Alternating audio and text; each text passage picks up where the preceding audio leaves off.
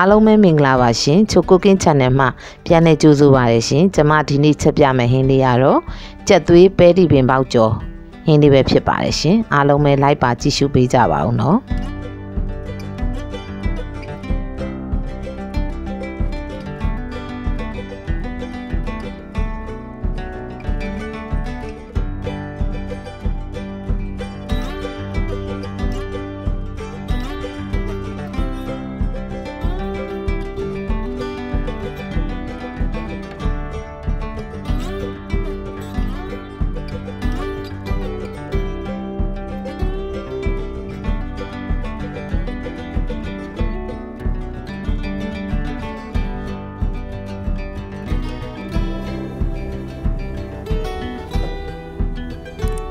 ဟုတ်ကဲ့အရင်ဆုံးအိုးပူလာပြီဆိုရင်တော့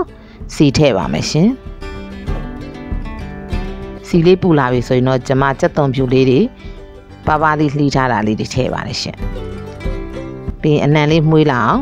ကြော်ပေးရပါမယ်ပြီးသွားရင်တော့ကျွန်မကြက်သွေးတွေထည့်ပါတယ်ရှင်ကြက်သွန်ဖြူလေးထည့်ကြော်ရပါမယ်เนาะအဲ့ဒါမှဒီကြက်သွေးရဲ့အနံလေးပျောက်သွားအောင်ပေါ့နော်ပြီးရင်တော့ရတာအတွက်ကျွန်မငပြားကြီးထည့်ပါတယ်ရှင်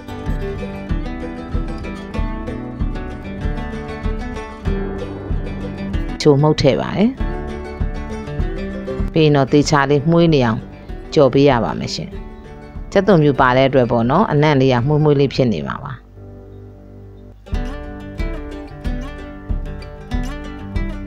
ပြီးသွားရင်တော့ကျွန်မပဲပင်ပေါက်တွေထည့်ပါတယ်ရှင်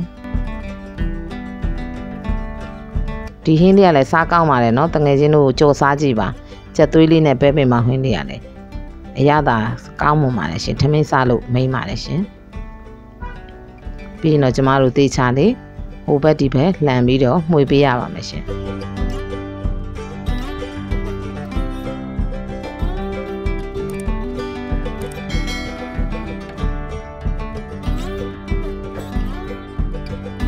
ပဲပင်ပေါက်တွေပေါ့နော်နည်းနည်းလေးနုံးနဲ့ဒီမှွေပေးရပါမယ်ပြီးသွားရင်တော့အရသာဒီပဲပင်ပေါက်ထည့်ပြီးရင်ထပ်ထည့်ရပါတယ်နော်စောစောကတော့ကြက်သွေးတွေကိုအရသာဝင်အောင်လို့ထည့်တာပါအခုဟာပဲပင်ပေါက်တွေပါအရသာလေးဝင်အောင်လို့ထပ်ထည့်တာပါရှင်ပြီးရင်တော့တေချာလေးမှွေပေးပါမယ်ရှင်